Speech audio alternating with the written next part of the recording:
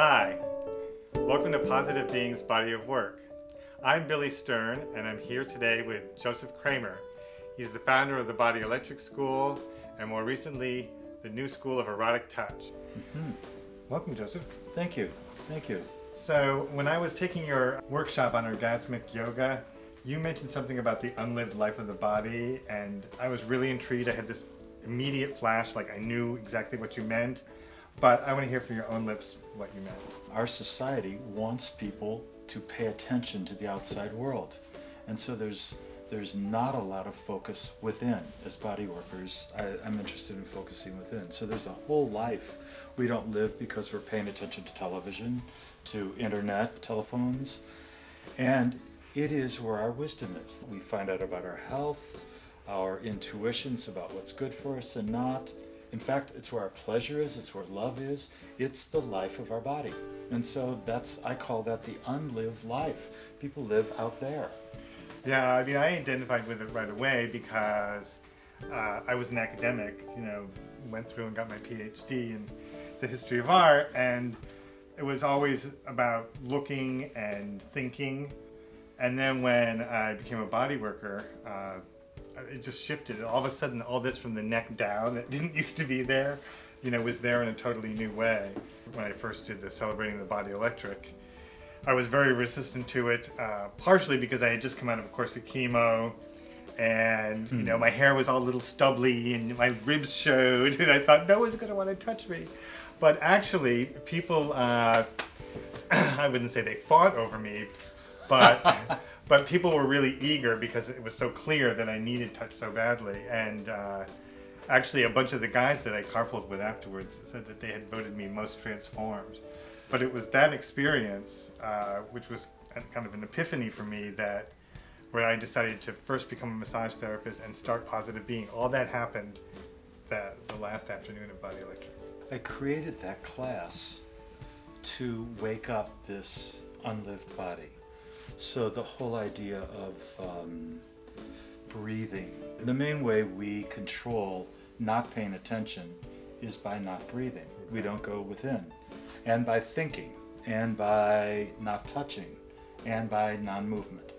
So movement, touching, quieting the mind, and breathing are ways that we start to pay attention to our body, to our being. And that was 2 days of just breathing and touching and playing.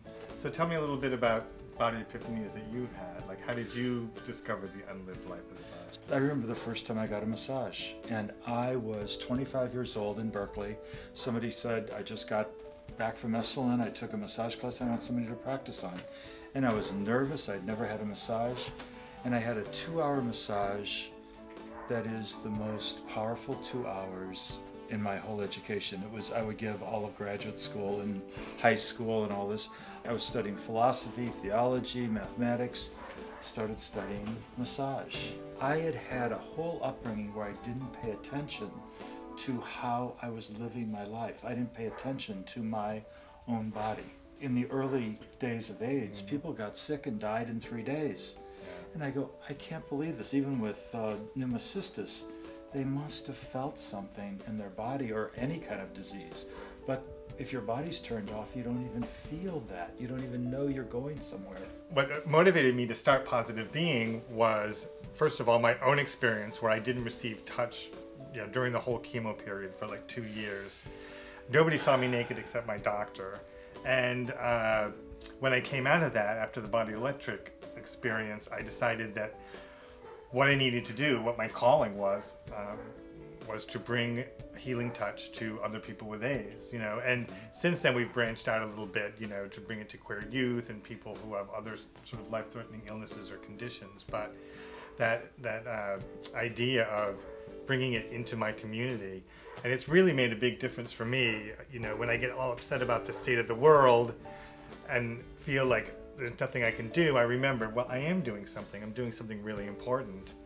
And part of what motivated me to focus on the AIDS community was I had seen a wise spiritual leader speaking once, and he was a student of Gurdjieff's, and he was talking about his training and how when he finished it, he asked his teacher, well, where should I go? And the teacher said, well, where are you from? You always start from where you're from.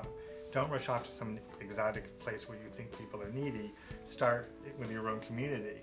So I looked inward and said, well, my own community, I felt, especially at the time, was people with AIDS, especially people with AIDS who really needed touch like I did. And so I hoped to sort of bring people out of their shell. And part of what happened for me was once I started doing massage and feeling comfortable about my body and going back to the gym, I started socializing more, and it pulled me out of the kind of isolation that people with AIDS often suffer from.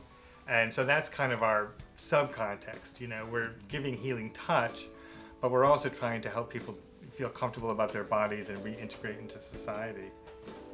It's Positive Being brings healing touch to people with HIV, and we do that through a massage program where people on disability can come and get massage for free, or you know, a lot of times they'll give us a donation.